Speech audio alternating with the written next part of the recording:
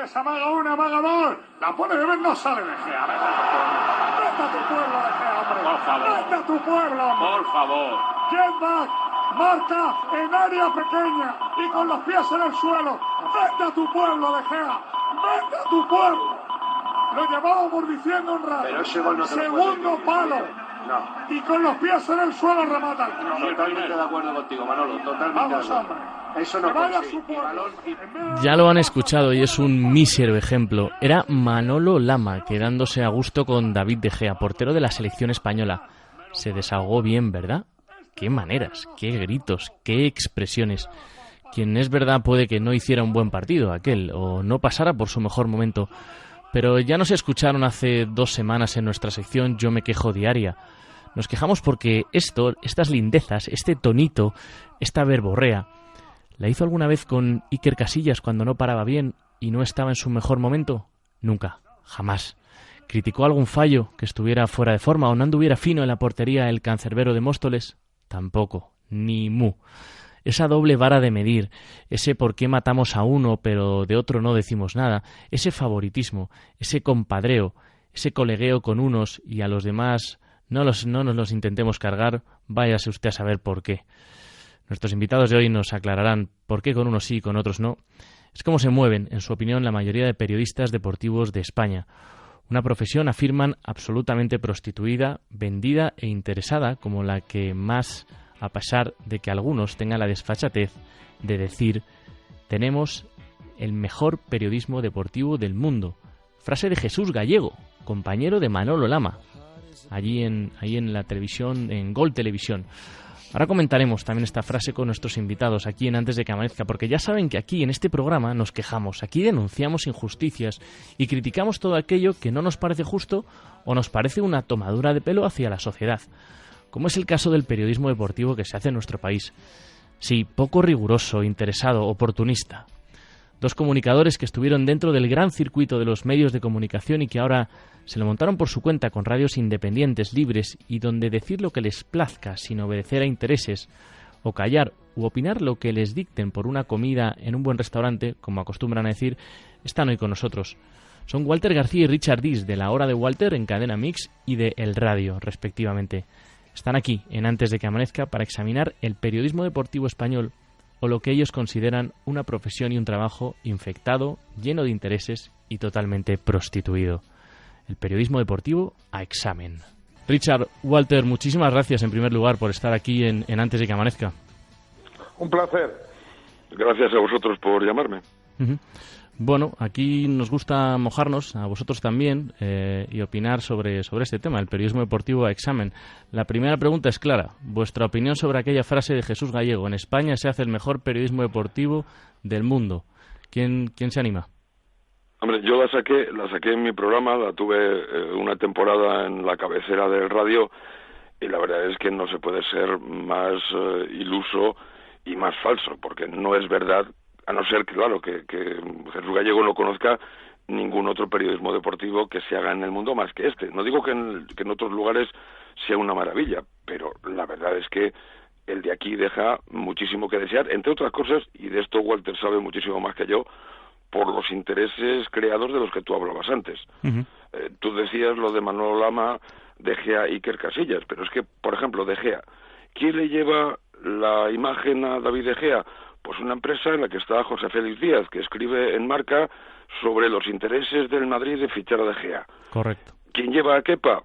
Pues la representación la lleva Bahía, donde está Petón, que trabaja en la COPE o colabora en la COPE, Antonio Sanz, que colabora en Radio Marca como tertuliano, exactamente igual que Pedro Riesco.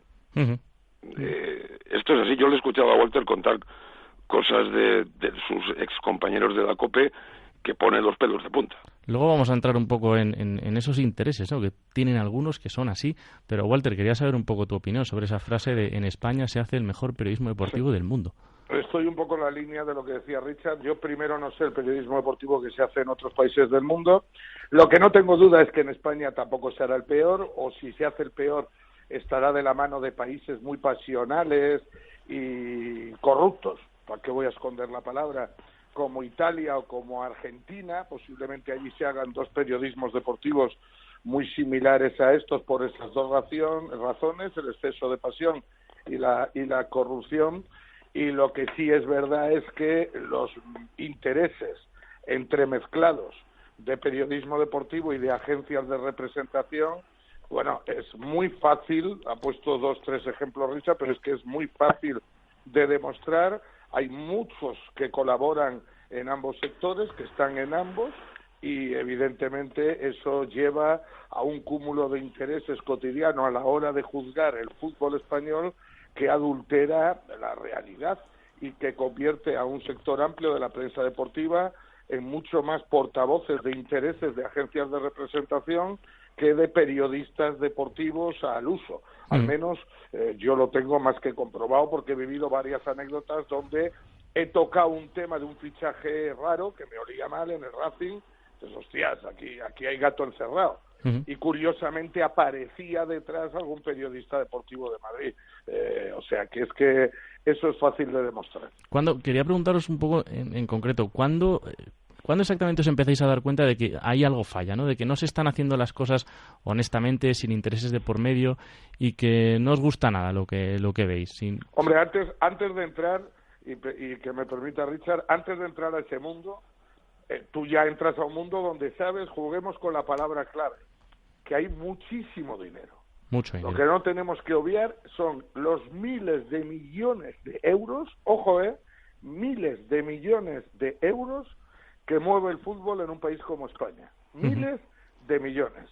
Donde hay dinero, hay mucho cara dura y hay mucha corrupción, y más en un país latino como el nuestro.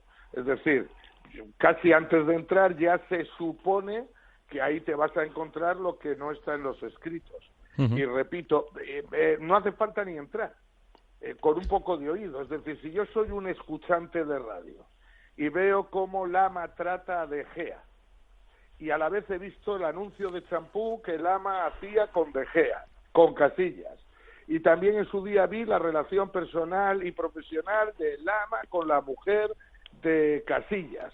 Pues chicos, no tengo que es bastante evidente a veces, ¿no? Claro, no tengo que estar dentro para decir, hostias, es que son descarados y se cortan, ¿no?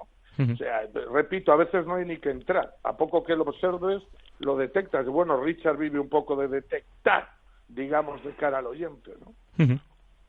Hombre, yo lo que veo, aparte del tema económico directo, que es lo que hablaba Walter y lo que comentaba yo antes, hay también un tema económico indirecto, que es conseguir información de dentro de los clubes. También. En estos momentos, todos los periodistas de deporte se quejan de que los clubes están blindados, están cerrados, que no pasan nada, que únicamente hay mínimos comunicados oficiales, ruedas de prensa que hay que dar de los entrenadores, pero el resto de lo que se habla, de lo que sucede dentro de los clubes, y hablo en general, porque yo hago mi programa de radio desde la perspectiva del Madrid porque es mi equipo, pero yo he recomendado pues a gente del Barça, a gente del Atleti que me escucha, que hagan ellos también el suyo porque tienen muchísimo material. Entonces, ese dinero indirecto es el de conseguir una alineación antes de que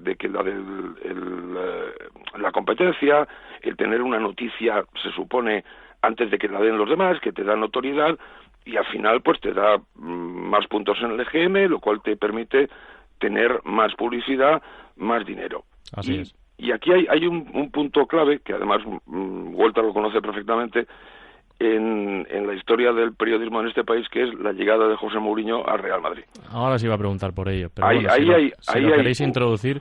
Ahí es la campaña más bestial. Roberto Gómez denuncia campañas brutales todas las semanas, todos los días. Pero yo tengo 63 años y no he conocido nada exactamente igual. Y es por dos motivos.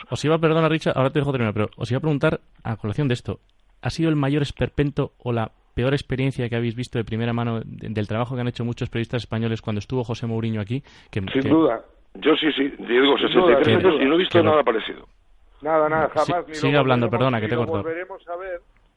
Ni lo volveremos a ver, porque nadie en tan poco tiempo destapará... Desnudó, ¿no? Dicen desnudó a la prensa. Y se atreverá a plantar tanta cara a nadie en tan poco tiempo, jamás, y en una caja de resonancia como es Madrid y el Madrid, jamás lo volveremos a ver. De ahí que llegó un momento en que el rival era tan fuerte, porque el otro es un animal listo como los ratones colorados, un provocador nato, no da puntada sin hilo, y el enemigo era tan duro que llegó el todo vale, porque habíamos visto artimañas, habíamos visto campañas, ojo, un poco de memoria, lo que se le hizo a Capello en España igual, bueno, fue parecido. del pelo, Sí, lo sí. que pasa es que cuando aquello no había tanta sálvame de luz. Ni redes sociales, ¿no? Correcto, fue del pelo. Yo no olvidaré mientras viva jamás, lo he contado 1000 veces. Capello llega, deja un Madrid montado de cojón de pato, que es el de la séptima. Hace un trabajo para el Madrid impecable, que estaba muerto sin entrar entre los 6 primeros en la Liga. En un verano hace unos fichajes escandalosos. Roberto Carlos, Sidor, Karembé, Zucker, Millato, Panucci, Ilner. Montó un Madrid en un año escandaloso. Se tuvo que ir por pies, por pies. El hombre que volvió a ganar la Liga con el Madrid, que montó la séptima, ese hombre que estaba en ese momento considerado, sin debate, el mejor entrenador del planeta, salió por pies.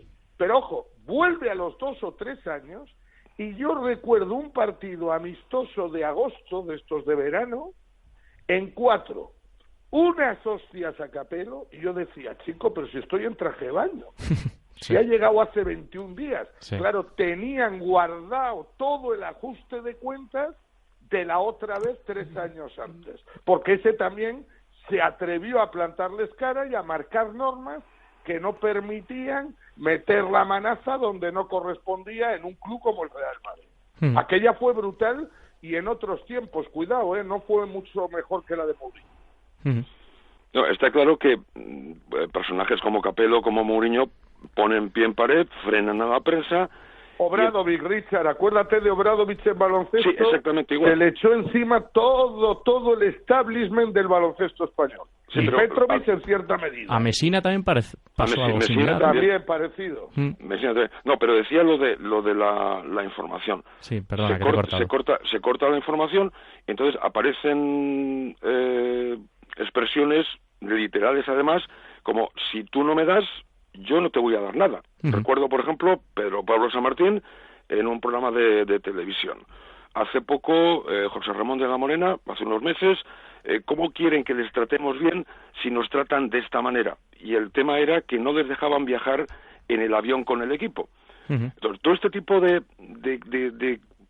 frases que se les escapan, porque yo creo que al final se les escapan, no son conscientes de lo que están diciendo, te da una buena muestra de cómo es el periodismo en este país. Es decir, tú me concedes entrevistas, tú me das información, tú me das algo y yo te doy portadas. ¿Por qué, por ejemplo, Cristiano en el AS apenas tenía portadas y Morata tuvo 7 u 8 en un mes? Porque de la parte de Morata se daba y de la otra no. ¿Por qué a Gareth Bale le tienen crucificado desde que llegó al Real Madrid? Pues porque no le da ni tantito a la prensa. Entonces, es un problema de base, que estos son ejemplos, pero al final pasa en todas partes. Es decir, si tú no les das, si tú no les haces el juego, si tú no les haces más fácil el trabajo, que deberían hacerlo de otra manera, pero que no lo hacen, entonces es cuando te machacan. Yo, pensando en el día de hoy, yo me preguntabas antes dónde me di cuenta de todo esto. Yo me di cuenta, por desgracia, en la Facultad de Periodismo, cuando pensaba, a ver cuando estos que están ahora se jubilen, a ver si la cosa cambia un poco, pero los que han venido después son iguales o peores. Y además todos tienen como referente a José María García. José María García, que hacía trabajar a su equipo maravillosamente bien, los tenía derechos como una vela, conseguía información, contrastaba las noticias, hablaba con este, con el otro, tenía muchísimos defectos que a mí no me gustan para un periodista, nada, porque quería mangonear. Pero caramba, trabajaba y hacía trabajar. Los de ahora se han quedado con todo lo malo de García, es decir, con querer mangonear y meter las manos en los clubs, en todos, y sin embargo con la parte del trabajo, lo de contrastar está infinitamente sobrevalorado. Eso de contrastar es ya de ciencia ficción. ¿Sabes un poco lo que ha pasado? ¿Sabéis un poco lo que ha pasado? Porque las cosas no se producen por casualidad. El periodismo deportivo se ha quedado descolocado. Se ha producido una situación, yo al llevar 28 años he vivido esa transición. Yo recuerdo el periodismo deportivo cuando llego. Los clubes eran clubes había presidentes, directivos, y hablaba todo Cristo. Había una relación prensa, directivos, presidentes, claro, no eran de nadie, era nada. Y entonces había ahí una relación por la cual se conseguía muchísima información, todo se sabía, se convivía. ¿Qué es lo que pasó? El fútbol se convirtió en sociedades anónimas, y al ser sociedades anónimas se ha convertido en empresas.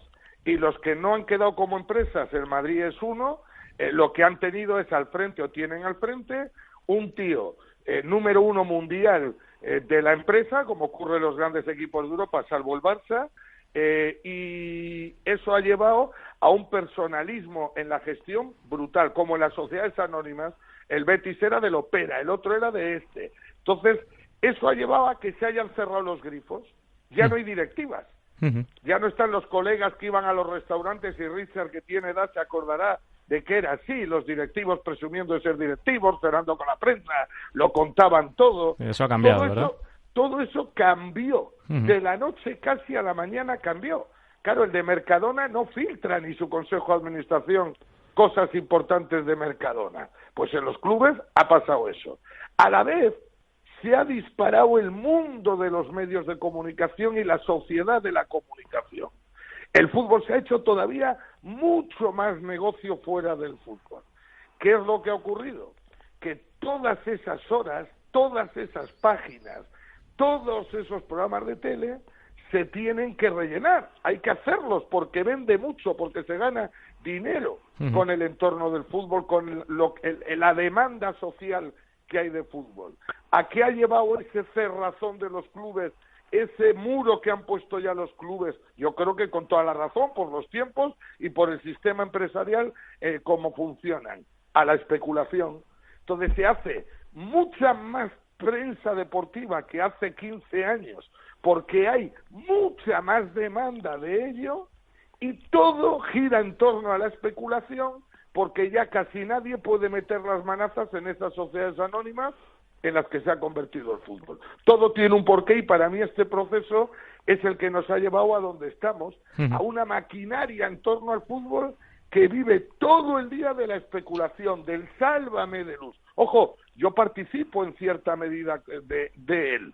Si lo malo no es eso, lo malo es utilizar ese circo con artimañas, con modos, con formas y con falta de honradez, porque estás vinculado empresarialmente a ese circo. Así es. El problema, Walter, es que todo esto que se rellena 99 opinión, 1% información o teórica información, porque no la hay, Richard. Claro, no si haces un histórico de, por ejemplo, las noticias, entre comillas, que da Manolete en El Larguero, las exclusindas que da Eduardo Inda en El Chiringuito, y cantidad de periodistas que se dedican a este tipo de cosas, Pipi Estrada y un montón de ellos más, si haces un histórico, pues hace tiempo le recordaban a Pipi Estrada que lo único que ha acertado en su vida y lo último que acertó fue lo de Millato por el Madrid.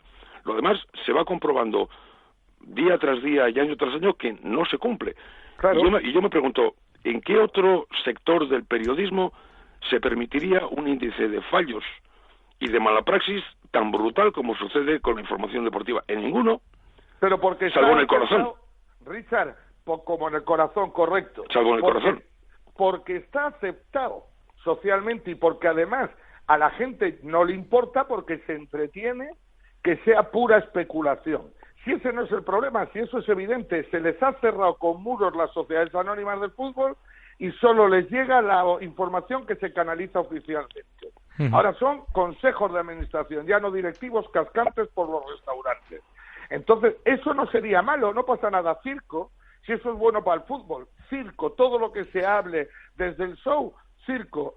Hay mucha gente que lo compra como Sálvame, y a mí me parece que vivimos en la sociedad del espectáculo, y yo a eso no tengo nada que decir.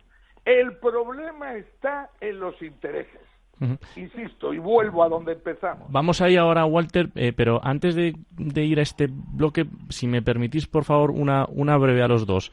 El terremoto, ¿no? Para bien, para vosotros, para algunos mal. Terremoto Mourinho, que estuvo en Madrid. Para vosotros dos, en una línea, 2 líneas, ¿qué fue lo mejor que hizo Mourinho en su etapa aquí en España? Walter y Richard. yo es imposible en 2 líneas. De Mourinho Sí. es del único personaje en mi vida del que no puedo hablar 2 líneas, Bueno. pero lo voy a hacer. Creo que lo mejor que hizo Mourinho fue para el Madrid, que era quien le contrataba, porque hubo un momento en el que parecía que Mourinho llegaba de consejero de educación o del ministro de educación del país. Mourinho venía a trabajar a un club que le pagó una millonada para venir a trabajar y a defender sus intereses, y que se llamaba Real Madrid. Y para el Real Madrid hizo 2, al margen de que lo devolvió a competir en la élite de todo, ante el que dicen todos que es el mejor equipo de todos los tiempos, le devolvió a competir, pero para mí hizo 2 cosas. 1, darle autoestima al Real Madrid, que el Real Madrid había perdido en la última casi década la autoestima y el madridismo, y Mourinho le recordó quién era el Madrid y cuáles eran los auténticos valores que yo conocí de niño, y por eso no me gustó nunca el Madrid, que era ganar, ganar, ganar y volver a ganar. Nada me ha jodido de crío más que aquella cantidad inmensa de partidos que ganaba el Madrid en el 94. Aquello fue lo que me ponía loco, ¿vale? Porque el Madrid no ha tenido otros valores en su vida, un equipo sobrio, castellano, ganar, ganar, ganar. Fue hasta el último que mantuvo el equipaje feo, como los Celtic, porque es un equipo tradicional, basado solo en ganar. Y Mourinho recuperó esa autoestima y le recordó al madridismo cuál era, quién es el Madrid, que a muchos lo habían olvidado, a muchos les habían llevado a los mundos de Yupi, de Valdano y del tiki-taka y de una película que muchos madridistas se creyeron y que nunca hizo grande al Madrid en su historia. Y la otra cosa que hizo buenísima fue desnudar, lo mejor fue desnudar el entorno del Real Madrid y la Federación Española. Es decir, tú cuenta que en este país llamaron tarao a Mourinho hasta el día que Godal, el vicepresidente de Laporta, en la sexta salió a reconocer el control brutal que habían tenido durante años de la Federación Española y de la UEFA, gracias a que Laporta fue un genio y traicionó en el último minuto a los rivales de los que estaban, de una o de otra manera, y se ganó un cariño de ambos organismos brutal, dejando al Madrid en el otro lado, como el malo. Y eso lo descubrió Mourinho. El por qué, que quieran o no quieran, fue posiblemente el titular de la herencia que dejó Mourinho en el Real Madrid. Richard. No, hombre, yo no tengo casi nada más que añadir a lo que decía Walter. Por decirlo en 2 frases, despertó a un madridismo que estaba dormido, pero que ya existía desde tiempos ancestrales. Yo conozco a un par de sobrinos de Bernabéu y me decían, entre bromas y veras, mi tío a Mourinho le habría echado del Madrid a los 3 días por blando. Eso por una parte. Y lo segundo, y también con lo que decía Walter, Mourinho se atrevió a decir: el rey está desnudo. Es decir, la prensa está desnuda. La prensa es el verdadero rival del Real Madrid, mucho más que cualquier otro equipo que tenemos aquí, porque tienen más poder y más influencia. Claro, otra de las cosas también que quería hablar con vosotros, hablando de esa desnudez que tiene la prensa deportiva en España, es la existencia de un antimadridismo, hace poco te escuché, Walter, o de un antiflorentinismo también creciente en España, con un ejemplo muy claro que vamos a poner, y es que todos los periodistas que son aficionados del Real Madrid nunca se encargan de la información del Real Madrid, pero si miras los periodistas que sigan al Atlético de Madrid, todos son del Atleti, extensible a los periodistas que cubren al Sporting, al Barcelona, al Atleti de Bilbao, y si no lo son, lo disimulan. En cambio, si miras, como hemos dicho, la nómina de periodistas que siguen al Real Madrid, como Antón Meana, ahora si queréis podemos hablar de él, que es del Sporting, trabaja en la cadena SER, o Fernando Burgos, que es del Atleti, trabaja en el Atlético de Madrid, trabaja en Onda Cero, te das cuenta de que ninguno es del Real Madrid. Y luego resulta, decís ambos con ironía, que Florentino compra los medios, como dicen algunos, ¿no? De la Morena del Atleti, Manuel Carreño del Valladolid, también seguramente del Barcelona, y así todos, ¿no? Ningún conductor... Perdón un momento. El único que en estos momentos dirige un programa deportivo de noche y que es del Madrid es Juanma Rodríguez. Juanma Rodríguez, lo iba a citar ahora. Y es el primero en décadas. Y yo de esto ya me quejé, me acuerdo que mandé un email a la cadena SER hace años y años y años diciendo precisamente eso. Porque, por ejemplo, Meana no es que no sea madridista, que es sportinguista, es que él ha dicho, cada vez que vengo al Bernabéu me da más asco... Tengo más argumentos para tener asco al Madrid. Sí, entonces cosas como esas, en alguien que lo hiciese con respecto al Barcelona, Y yo le he oído contar también a Walter lo que pasaba cuando él estaba en Madrid y hablaba mal del Madrid y hablaba mal del Barcelona, la diferente reacción que se producía de sus jefes por presiones de fuera. Así es. En un caso Eso no lo comentó hace otro, poco Walter, yo se lo escuché, sí. Había de todo. Pero ese es un problema, ahí hay un problema estructural del país, ¿eh? Ahí también tenemos, yo creo que no hay una animadversión dirigida por alguien, un Soros que ha dicho, lo voy a montar esto así. Yo creo que eso responde un poquito a la estructura del país. El Madrid la prensa de Madrid es la prensa de España. Y la prensa del Barça es la prensa del Barça y de Cataluña. Y la prensa del Atleti es la prensa del Atleti y de Euskadi. Y la del Depor es la del Depor y de Galicia. Mientras que la prensa de Madrid es la prensa española. Mira, una cosa, Walter, yo me acuerdo, hace años tenía Pilar Socorro, una periodista, tenía un programa en Radio Nacional por las noches que yo solía escuchar. Y un día entrevistó a Alfredo Relaño por un libro que había sacado que no recuerdo sobre qué trataba. Y se permitían preguntas a los oyentes a Alfredo Relaño, el director del diario AS. Y mi pregunta fue, vamos a ver, desde la transición me da la impresión de que los periodistas que trabajáis en Madrid os habéis ido a las filas del antimadridismo y a apoyar todo lo que venga del Barcelona por una especie de complejo de que no os llamen tardofranquistas, nostálgicos, sí, etcétera, etcétera.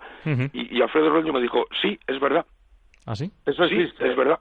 Sí, ese complejo está. Ese complejo existe porque hay miedo a herir sensibilidades en Cataluña. Lo que pasaba, yo lo noté en la COPE, tú dabas hostias al Madrid y no pasaba nada. Pero hostias, cuando dabas fuerte al Barcelona, estaba llamando el director de Cataluña a la mañana siguiente diciendo, hostias, que me queman esto. No me jodáis, bajar un poco el pistón. Pues porque por eso digo que hay una cuestión estructural del país en esto. No hay un Soros teledirigiendo la prensa en contra del Real Madrid. La prensa de Madrid es de toda España, es gente de Santander, de Huelva, de tal, del Atleti, del Barça, del Atleti de Bilbao, de la Real, Segurolas del Atleti, el otro tal.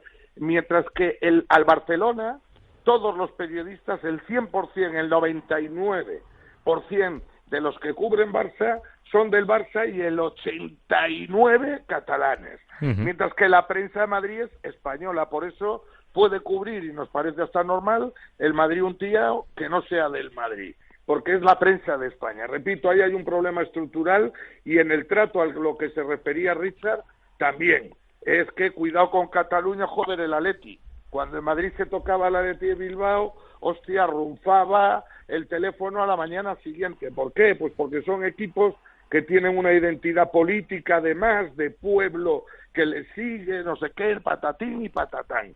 Y entonces ahí el Madrid juega en inferioridad de condiciones, eso es indiscutible, pero es por un problema estructural del país. No, pero además, Walter, el Madrid como tal tiene otro problema, y es que los periodistas que cubren al Madrid, además de no ser seguidores del equipo blanco, son los más listos, los más hábiles y los más sagaces de toda la prensa deportiva de este país.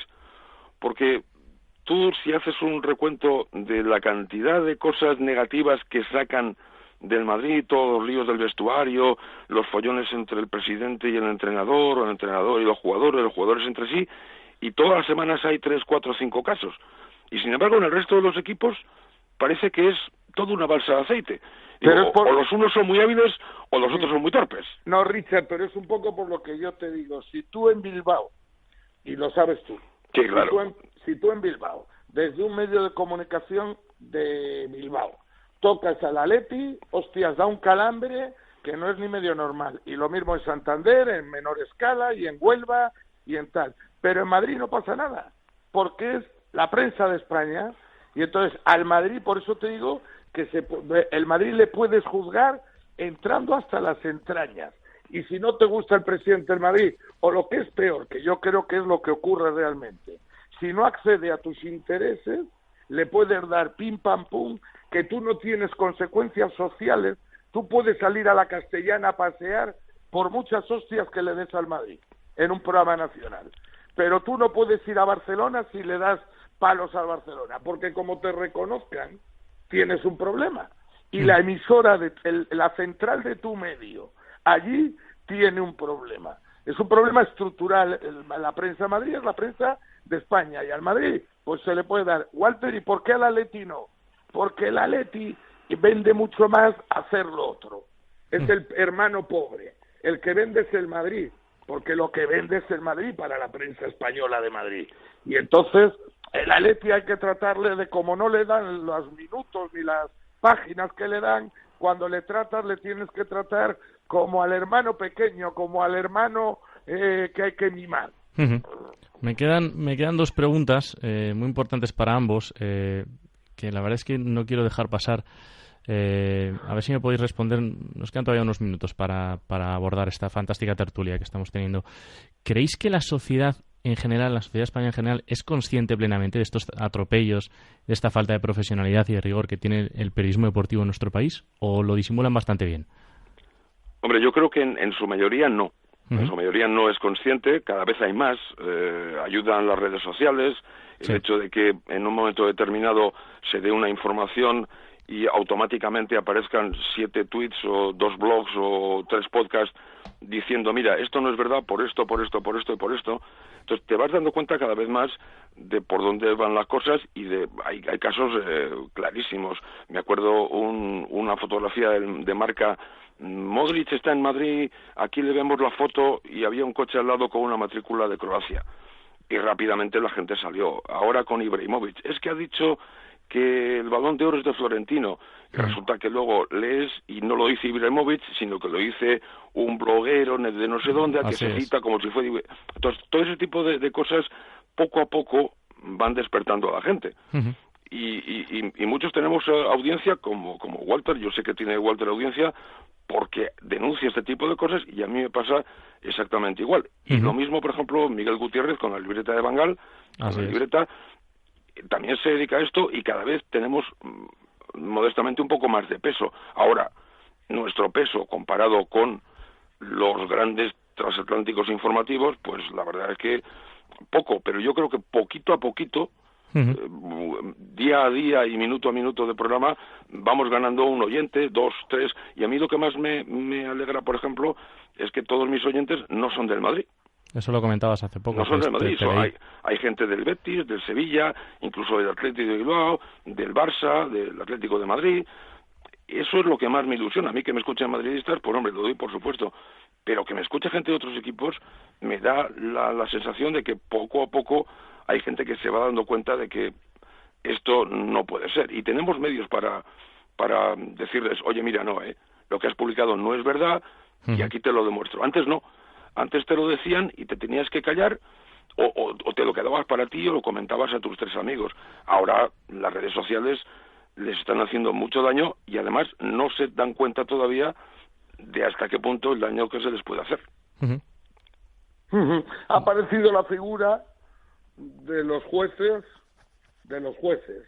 Las redes sociales, las nuevas vías, lo que han permitido es que no solo en el periodismo deportivo, sino que también en el periodismo político, es cotidiano, pues tengamos la posibilidad de escuchar y de leer a jueces de jueces, ¿no? En cierta medida también es verdad que el circo se retroalimenta o crece, un poco lo que yo te decía antes. A mí, insisto, el circo no me parece denunciable.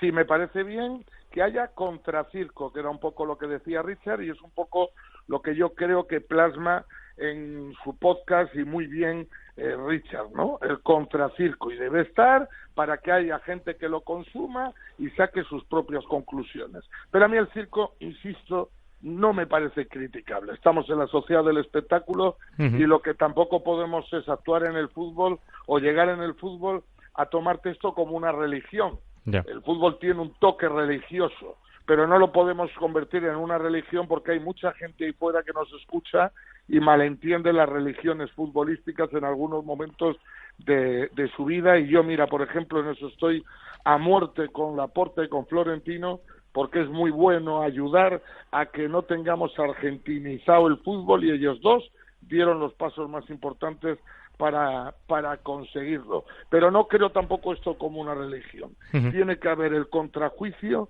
y lo que tiene que haber es honradez. A mí me parece que lo que tiene que haber es honradez. Mira, la única manera de ser honrado en esta historia es la distancia. Es imposible que un crítico de cine sea buen crítico de cine si come, cena, convive y compadrea con directores y actores de cine. Es imposible, no hay manera humana. ¿Por qué? Porque lo personal va a influir siempre. Y a mí lo que no me gusta es esa cercanía que se ha convertido en habitual, incluso de bufanda. No me gusta el radical y no me gusta el bufandero cuando juzga, porque creo que los dos se han ido a un extremo. Lo que hay que pedir es honradez. Así y eso es lo que desgraciadamente brilla por su ausencia desde mi punto de vista en ese periodismo deportivo al uso que arrastramos del siglo pasado y que, repito, creo que ha quedado descolocado y se dedica a otros intereses que en ningún caso tienen nada que ver con hacerle a la gente un juicio de lo que tú ves desde la honradez, desde la distancia. Yo podré meter la pata todos los días en más de la mitad de los análisis que hago, pero yo no he tomado una caña con mi vida, ni he estado cerca, ni he pedido entradas, ni he pedido camisetas, ni me he sentido cercano jamás en mi vida a nada de lo que he juzgado, salvo el Racing, que lo hice durante muchos años y me costó muchos disgustos mantener la distancia en un pueblo tan pequeño y mantener un tono crítico. Lo que hay que pedir es honradez. Eso es lo que hay que pedir a toda esta gente que sinceramente creo que ha perdido la imagen pública de ellos. Yo soy todavía más modesto en mis pretensiones. Yo les pido simplemente coherencia. Yo decía al principio del programa, no me importa que me digáis mentiras, pero siempre que me las digáis con coherencia. Es decir, si tú me juzgas a fulanito con este criterio, a menganito cuando haga lo mismo, júzgamele con el mismo criterio. No te pido más, simplemente coherencia, y es algo que tampoco hay.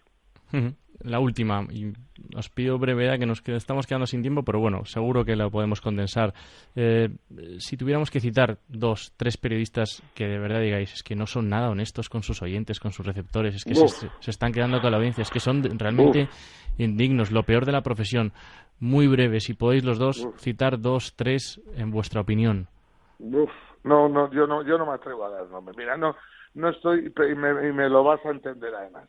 Yo estoy contando cómo funciona desde mi punto de vista este circo y esta profesión, principalmente en Madrid, que es donde más la he conocido, pero si los nombres los tenemos cualquiera que estemos oyendo esto, cualquiera que lo oiga, evidentemente tiene sus, porque es que no se esconden. Yeah. El pesebrero o interesado de ese mundo no se esconde, igual que en el periodismo político. Hay gente que no se esconde, que es que la camiseta de sus intereses la lleva puesta. No me atrevo a darte ningún nombre, pero creo que sobran, Mira, eso Richard es al César lo que es del César, como hace un contrajuicio. Richard en ese aspecto está obligado a individualizar y a señalar, y en eso tiene más experiencia que yo. ¿Te atreves a hacer un podium, Richard? Hombre, yo dividiría a los periodistas en dos grupos. Los que son más bien folclóricos, que no ejercen bien la profesión, pero son folclóricos, como por ejemplo Manolete, que al final todo el mundo le toma... O un amigo tuyo y mío común, al que quiero con locura, pero las cosas como son. Juanma Rodríguez ha tomado una postura absolutamente folclórica y además hace bien porque está en la sociedad mediática de periodismo deportivo folclórica y lo hace muy bien, y desde mi punto de vista es de los que lo más los hace y encima los razona. Pero es verdad, hay dos tipos, y perdona el matiz, estamos de acuerdo en que hay dos tipos. Tienes toda razón. Entonces, a mí esa parte folclórica, hombre, no me gusta, porque a mí me gusta el periodismo, aunque no me gustan los periodistas, pero no me preocupa porque la mayor parte de la gente ya sabe por dónde van las cosas. No, y no hacen daño. Exacto. Porque, y no hacen daño. Porque ya se sabe cómo son, y cuando Manolete dice algo, pues dicen, y otra vez Manolete con sus cosas. Es para entretener, para hacer reír. Te ríes. A mí me preocupan más periodistas como Santiago Segurola, que es considerado como uno de los popes de la información en este país, maestro de periodistas, al que todo el mundo halaga por lo bien que habla y lo bien que escribe, y cuando rascas un poquito te das cuenta que lo de la coherencia en Santiago Segurola es mínima. Es mínima, porque no juzga a las personas por el mismo criterio, no juzga a Guardiola o a Mourinho con el mismo criterio, ni al Madrid, ni a su Atleti, ni al Barça. A mí ese tipo de periodista es el que más me preocupa, porque es el que en teoría la gente ve con más credibilidad. Entonces, ese es el que a mí los otros son muy llamativos, pero este tipo de periodistas como Segurola o, no sé, Ramón Besa, que aparentemente son la quinta esencia... ¿A Manolo Lama lo podríamos situar ahí? ¿Eh? ¿A Manolo Lama lo podríamos situar ahí? Manolo Lama es un híbrido entre el folclorismo y el querer ser un referente. Yo creo que a Manolo Lama se lo ha comido el personaje totalmente hace mucho tiempo, como narrador y como periodista, hace mucho tiempo. Entonces ya la gente también le ve, pero por ejemplo Manu Carreño, los directores de los medios, José Ramón de la Morena, la verdad es que... Manolo Lama, perdonad, que yo tengo 31 años, terminé la carrera hace no mucho, y para muchos fue referente, fue espejo, y me siguen diciendo muchos alumnos que están ahí, pues que Manolo Lama, que bien narra, que qué buen periodista es. Manolo Lama, si no recuerdo mal, y Walter, tú lo has denunciado varias veces, tuvo el episodio más grotesco, más lamentable y más bochornoso en un directo que tuvo humillando a un mendigo, a un sin techo, en un desplazamiento del Atlético de Madrid, si no recuerdo mal, en Europa, ¿verdad? Esto, bueno, lo pueden ver en YouTube, está por ahí por todos lados, pero fue un hecho que a mí me dio absoluta vergüenza ver lo que hizo aquel día. Pero el problema fue que lo hizo con la connivencia, el jolgorio y el aplauso de los que estaban en el estudio. De Manu Carreño en el estudio. De los que estaban en el estudio, que es todavía peor, porque tú estás en un directo, se te ocurre esa tontería y la haces, pero que los que están tranquilamente en un sillón viéndote hacer aquello, no te además corten, te disculpen, te jaleen y se ríen, eso es muchísimo peor. Y decías tú lo de Manolo Lama y referente. Yo antes hablaba de García. Mi problema es que yo soy mayor. Entonces a mí me apasionó el periodismo porque yo veía una serie de televisión que se llamaba Lou Grant. Entonces para mí aquello, pues, Lou Grant y sus colaboradores, Billy Newman, toda aquella gente que trabajaba con él en una serie de televisión, para mí fueron lo que yo creía que debía ser el periodismo. Otros pues se quedaron como tú con Manolo Lama y otros más mayores con José María García. No, yo ya la Lama lo he eliminado de... Pero vamos, sí, que de pequeño pues le escuchas, ¿no? Y me acuerdo cuando estaba en Telemadrid, era buen comunicador, pero luego es que, lo habéis dicho, se le ha comido el personaje, parece, ¿no? Es una lástima. Mira, a mí el personaje público, si algo he aprendido también en la vida, es que hay gente que se comporta de una manera públicamente, en el teatro adquiere su disfraz, pero en la vida personal no tiene nada que ver con ese disfraz público. Un ejemplo claro, y además es que sí es indiscutible porque todo Dios dice que es otro nivel en el cuerpo a cuerpo, es José Mourinho. Y a mí Manolo Lama, todo eso puede ser un buen o mal profesional en algún momento de su vida.